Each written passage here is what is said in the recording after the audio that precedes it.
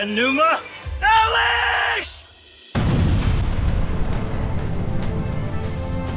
Kicking off this list, we're looking at the Dominator from Psychopaths. This weapon, registered to officers of the Public Safety Bureau, is not only a powerful firearm, but when pointed at a target, it also reads and analyzes important data, like how lucky said person is to commit a crime. That's pretty convenient. I'd want to have that. This weapon can simply paralyze an assailant or completely obliterate them. The weapon fires bursts of energy that, when contact is made with a target, causes their body to bubble up and explode. It's messy stuff, man. Reminds me of Tetsuo's transformation in Akira. Very horrific.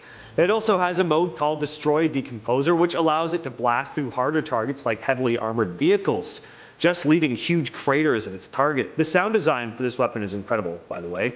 The noise it makes when it fires its blast is frightening, and I love the cool sound it makes when it transforms. Next up on the list, it's Kurikara from Blue Exorcist. This sword is wielded by Rin Okumura and contains his demon heart. When he unsheaths this blade, he takes on his true demonic form. Rin isn't just any old demon, by the way. He's the son of Satan, so that's pretty much the demon, isn't it? Upon witnessing the death of his caregiver, Rin vows to become an exorcist, just like him, and enrolls at the True Cross Academy to learn what it takes to be an exorcist. You can probably guess this, but Kurikara has the ability to unleash the flames of hell, and can also absorb demons, increasing in power the more demons it consumes. Rin uses this powerful blade to exorcise demons, shooting waves of fire from Kurikara, or a series of blue flame explosions. Next up is the gravitational beam emitter from Star Trek. No.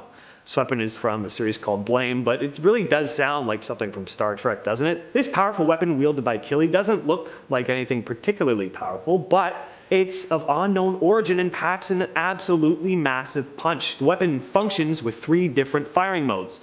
Level 1 requires the least amount of energy and can be fired rapidly. Level 2 is more powerful, blasting big holes in an enemy, with the recoil being strong enough to hurl Killy flying backwards. And Level 4, which creates a massive blast, but with a recoil so strong it can actually severely damage him. What's interesting about this gun is that its strength is dependent on the level of energy its user puts into the weapon, rather than using external ammo. Goes without saying, though, that with a recoil that strong, you can only imagine what it would do to its target. Actually, you don't have to imagine, just watch Blame or read the manga. Next on this list, it's Buster Marm from Fairy Tail. I don't think this sword is big enough.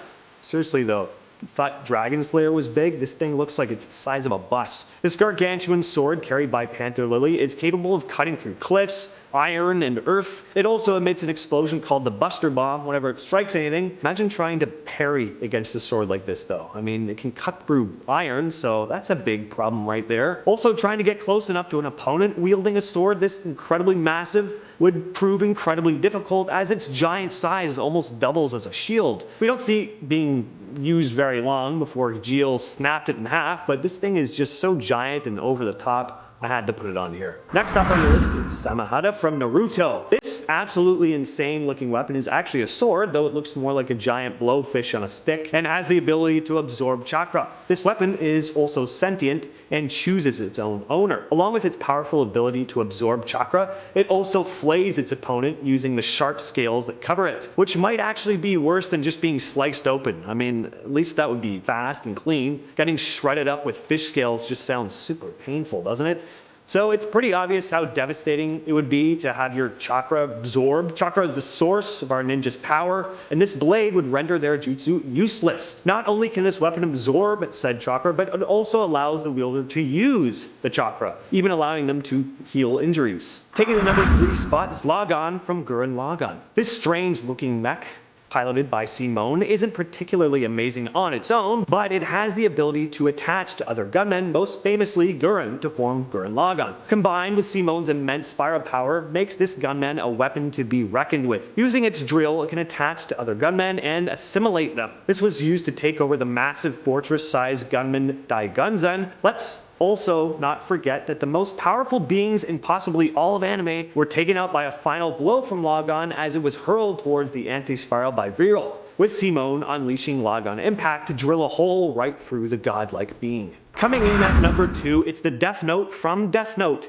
Yeah, I couldn't avoid putting this one on the list. Though not a weapon in the classical sense, I mean, it's not a sword or a gun, and it doesn't emit high-powered energy blasts, and you don't need any particular talent or skill to use it, but That's what makes this thing so scary and powerful, the ease of its use. Imagine knowing there was a weapon in the world that could kill anyone simply by having a person's name written in its pages, provided said victim's face was also no. You can't fight against it directly, you can only avoid having your name written inside it, because once that happens, you're gone. At least with the other weapons on this list, you can hope to defend yourself against them, or in my case, run or hide. Not much you can do if Light decided he wanted to take you out with this thing though. Just say your prayers and hope for the best. And taking the number 1 spot, it's Aya, or the Sword of Rupture from the Fate series.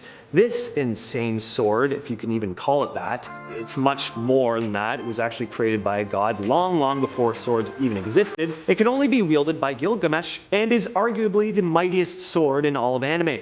This weapon has the ability to annihilate the entire world, creating natural disaster-sized attacks upon its use. It's almost too powerful to actually put into words. Its blade is composed of 3 rotating cylinders that represent the heavens, earth, and the underworld, and when these cylinders rotate together, it creates an incredibly powerful wind current that decimates everything in its path, actually having the ability to destroy the very fabric of reality itself. Oh my gosh. It goes without saying that this weapon is used by Gilgamesh as a last resort, only unleashing it on those he believes worthy, as it clearly has the ability to destroy the entire world.